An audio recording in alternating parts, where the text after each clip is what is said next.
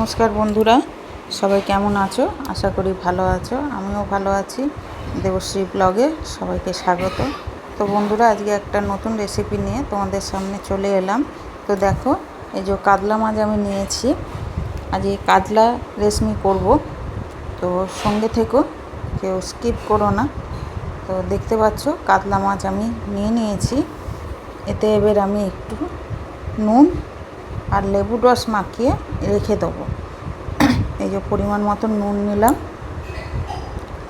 পরিমাণ মতো নুন আর লেবুর রস করে রেখেছিলাম, লেবুর রসটা দিয়ে দিলাম। দিয়ে আমি এটাকে ম্যারিনেট করে 10 থেকে 15 মিনিট আমি রেখে দেবো। তো দেখো বন্ধুরা, কেউ স্কিপ করো না ভিডিওটা ফুল ওয়াচ করার অনুরোধ রইল। তো দেখো বন্ধুরা, আমি মাছগুলোতে ভালো করে নুন আর লেবুর রস ভালো করে মাখিয়ে নিলাম। ভালো করে মাখিয়ে নিলাম। এটাকে এবার আমি রেস্টে রেখে দেবো। তো দেখো, আমার 10-15 মিনিট হয়ে গেছে। তো যা যা উপকরণ রাখবে সব কিছু সামনে নিয়ে চলে এসেছি। তো এখানে দই নিয়েছি, এখানে পোস্ত, কাঁচা লঙ্কা, এখানে হচ্ছে কাজু আর আমন্ড বাদাম। এটা অপশনাল, তোমরা চাইলে দিতেও পারো, নাও দিতে পারো। এটা দেয়া যে একদম দিতেই হবে তার কোনো মানে নেই। তো পেঁয়াজ, মাছ, এই যেটা ম্যারিনেট করে রেখে দিয়েছিলাম সেই মাছটা, আর আদা রসুন বাটা। তো এইগুলোকে দেখো, এই যে আমন্ড, কাজু আর পোস্ত, টক দই আমি মিক্সিতে পেস্ট করে নেব। তো সঙ্গে থেকো, কেউ স্কিপ করো না। তো দেখো বন্ধুরা, আমি কড়া বসিয়ে দিয়েছি, কড়াতে তেলও দিয়ে দিয়েছি। তেল আমার গরম হয়ে গেছে। তো পেঁয়াজগুলো আগে আমি ভেজে নেব। পেঁয়াজগুলো ভেজে আমি একটু ঠান্ডা করে নেব, কেন পেঁয়াজটা আমাকে পেস্ট করতে হবে। তো পেঁয়াজগুলো ভেজে আমি তুলে নেব। একটু লালচে লালচে করে পেঁয়াজগুলো আমি ভেজে নেব। বেশি ভাজলে হবে না, বেশি ভাজলে একটা পোড়া পোড়া ভাব এসে যাবে। তো বেশি ভাজবো না আমি, হালকা গোলাপি হলেই আমি পেঁয়াজগুলোকে তুলে নেব। তো দেখো, পেঁয়াজগুলো ভাজা ভাজা হোক, সঙ্গে থেকো। দেখো বন্ধুরা, আমার পেঁয়াজ ভাজাটা হয়ে গেছে। তো এইটাকে এবার আমি একটা পাত্রে তুলে নেব। তুলে আমি ঠান্ডা করতে দিয়ে দেবো। তো এই যে একটা পাত্রে তুলে নিলাম, নিয়ে আমি এটাকে ঠান্ডা করতে দেবো। কেন বেশি কড়া করে আমি ভাজিনি। বেশি কড়া করে ভাজলে টেস্টটা আবার অন্যরকম হয়ে যাবে। তো এই তেলের মধ্যেই আমি এবার একটা তেজপাতা, মাছটাকে এবার ভেজে নেব। মাছটাকে ভেজে নেব। তো দেখো, এইভাবে আমি হলুদ দেবো না, হলুদ ছাড়াই আমি মাছটা ভাজবো। তো মাছগুলোকে এইভাবে আমি ভেজে নেব। মাছ ভাজাটা হতে থাক। তো দেখো, মাছ ভাজাটা হচ্ছে। বেশি কড়া করেও ভাজবো না। তো ততক্ষণে দেখো, আমি এটাকে পেস্ট করে নেব।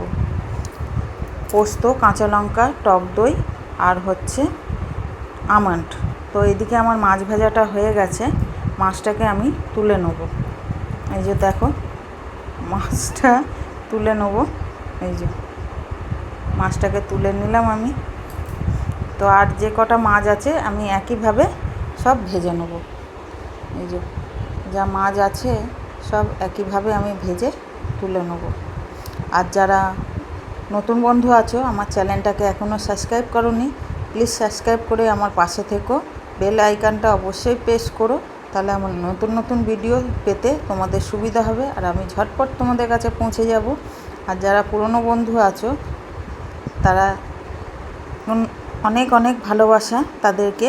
তো দেখো, আমার মাছ ভাজা কমপ্লিট হয়ে গেছে। সব মাছ আমি ভেজে নিয়েছি। তো এই কড়াতেই আমি 2টো তেজপাতা আর অল্প গরম মশলা, 3টে এলাচ, লবঙ্গ আর দারচিনি, এটাকে আমি দিয়ে নেব। দিয়ে এটাকে ভালো করে একটুখানি এই যে লবঙ্গটা ফাটছে। তো দেখো, এটা গরম হয়ে গেলে আমি এর মধ্যে যে আদা রসুন পেস্টটা আছে সেইটা দিয়ে দেবো। আগে আদা রসুন পেস্টটা যে আছে সেটা আমি দিয়ে দেবো, দিয়ে ভালো করে এটাকে ভাজা ভাজা করে নেব। ভাজা ভাজা না করলে একটা কাঁচা গন্ধ থেকে যাবে।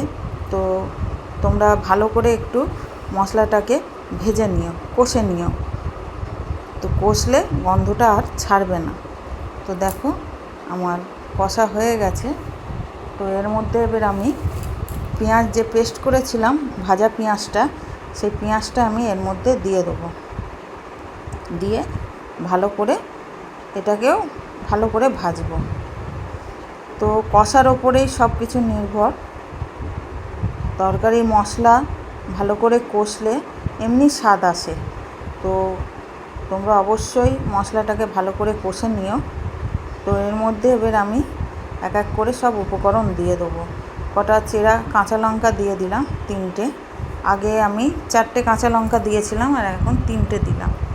ঝাল কম বেশি তোমরা করে নিতে পারো। এখানে গুঁড়ো লঙ্কা ব্যবহার করব না, এটা পুরোপুরি কাঁচা লঙ্কাতেই হবে। গুঁড়ো লঙ্কা একদমই ব্যবহার করব না। তো দেখো, দেখতে থাকো। তো ভালো করে মশলাটাকে ভেজে নিতে হবে, কষে নিতে হবে। তো এই যে মশলাটা কষে নিতে হবে। সামান্য পরিমাণে হলুদ দেবো, বেশি হলুদ দেবো না, একদম জাস্ট সামান্য পরিমাণে। মানে তরকারিটা পুরো সাদা সাদা ভাব চলে এসছে, তো যার জন্য আমি একটু সামান্য পরিমাণে হলুদ দিয়েছি, সামান্য একদম হলুদ দিয়েছি। এর মধ্যে এবার আমি চিনি, কেন টক দই আছে, অবশ্যই চিনি অল্প করে দিও, কেন টক দইটা আছে যেহেতু। টক দই থাকলে চিনি অবশ্যই দিও। পরিমাণ মতো নুন দিয়ে দিলাম, নুন পরিমাণ মতন দিয়ে দিলাম। দিয়ে এটাকে এবার ভালো করে মশলাটাকে ভাজবো। যতক্ষণ না সাইড থেকে তেল ছেড়ে দেয় ততক্ষণ আমি মশলাটাকে ভালো করে ভাজবো। তো দেখো, মশলাটাকে ভালো করে আমি ভেজে নিচ্ছি। দেখো সাইড থেকে তেল ছাড়ছে আস্তে আস্তে করে, সাইড দিয়ে আস্তে আস্তে করে তেল ছাড়ছে। তো দেখতে থাকো, কেউ স্কিপ করো না ভিডিওটা, ফুল ওয়াচ করার অনুরোধ রইল তোমাদের কাছে। তো দেখতে পাচ্ছ তেল ছেড়ে দিয়েছে। এবার আমি যে দই, আমন্ড, পোস্ত, কাঁচা লঙ্কা যে পেস্টটা করেছিলাম সেটাকে এবার আমি এর মধ্যে দিয়ে দেবো। একদম লো ফ্লেমে রেখে দিয়েছি গ্যাসটাকে, কেন টক দই আছে, কেটে যেতে পারে, ওই জন্য আমি লো ফ্লেমে রেখে দিয়েছি। তো এবার আস্তে আস্তে করে আমি নাড়াচাড়া করে নেব। দেখতে পাচ্ছ আস্তে আস্তে কালারটা আসছে। তো দেখো কত সুন্দর কালার এসছে। দেখো খুব সুন্দর কালারটা এসছে, আরও কালারটা আসবে। তো দেখতে থাকো, কেউ স্কিপ করো না ভিডিওটা। তো এটাকে এবার আমি ভালো করে কষে নেব। যতক্ষণ না এইটা থেকেও তেল ছাড়বে ততক্ষণ আমি মশলাটাকে কষে নেব। তো দেখো বন্ধুরা, অনেকটা মশলা আমার কষা হয়ে গেছে। দেখতে পাচ্ছ সাইড থেকে তেল আস্তে আস্তে ছেড়ে দিয়েছে। তো দেখো তেল, এবার আমি সামান্য পরিমাণে জল দিয়ে দেবো, কেন গ্রেভিটা করার জন্য অল্প জল আমাকে দিতেই হবে। তো দেখো এই যে গ্রেভির জন্য জল আমি অল্প করে দিয়ে দিলাম। দিয়ে আমি ভালো করে সাইড থেকে মশলা যেগুলো ছিল সেগুলো ভালো করে কাঁচিয়ে নিয়ে আমি এবার মাছগুলো দিয়ে দেবো। মাছগুলো দিয়ে দেবো, প্রত্যেকটা মাছ দিয়ে দেবো। কেন মাছগুলো দিয়ে দিচ্ছি, এর মধ্যে যে মশলার যে ফ্লেভারটা আছে সেটা এর মাছের মধ্যে ঢুকে যাবে, যার জন্য আমি মাছগুলো দিয়ে দিলাম। তো দেখো খুব সুন্দর রেসিপিটা, তোমরাও বাড়িতে বানিয়ে দেখতে পারো, অবশ্যই ভালো লাগবে। তো দেখো এবার এটা ফুটবে, ফুটলে তারপরে আমি নামিয়ে ফেলবো। তো দেখতে থাকো, কেউ স্কিপ করো না ভিডিওটা। তো দেখো বন্ধুরা, আমার মাছের রেশমি, কাতলা রেশমি যেটা করছিলাম সেটা আমার অলরেডি হয়ে গেছে। আমি কড়া থেকে নামিয়েও ফেলেছি। তো অসংখ্য ধন্যবাদ তোমাদেরকে। ভিডিওটা ভালো লাগলে অবশ্যই লাইক, কমেন্ট, শেয়ার করে পাশে থেকো। আর যারা পুরনো বন্ধু আছো অনেক অনেক ভালোবাসা। আর যারা নতুন বন্ধু আছো চ্যানেলটাকে এখনও সাবস্ক্রাইব করোনি, প্লিজ সাবস্ক্রাইব করে বেল আইকনটা প্রেস করে রেখো। আমি তাহলে তোমাদের কাছে খুব দ্রুত পৌঁছে যাব। তো সবাই ভালো থেকো, সুস্থ থেকো, সাবধানে থেকো। তো আবার পরের ভিডিও নিয়ে তোমাদের কাছে চলে আসব, কোনো একটা নতুন ভিডিও নিয়ে। তো সত্যি কথা বলছি, ভালো লাগলে অবশ্যই লাইক, কমেন্ট, শেয়ার করে পাশে থেকো। তোমরাও ভালো থেকো, সুস্থ থেকো। টাটা।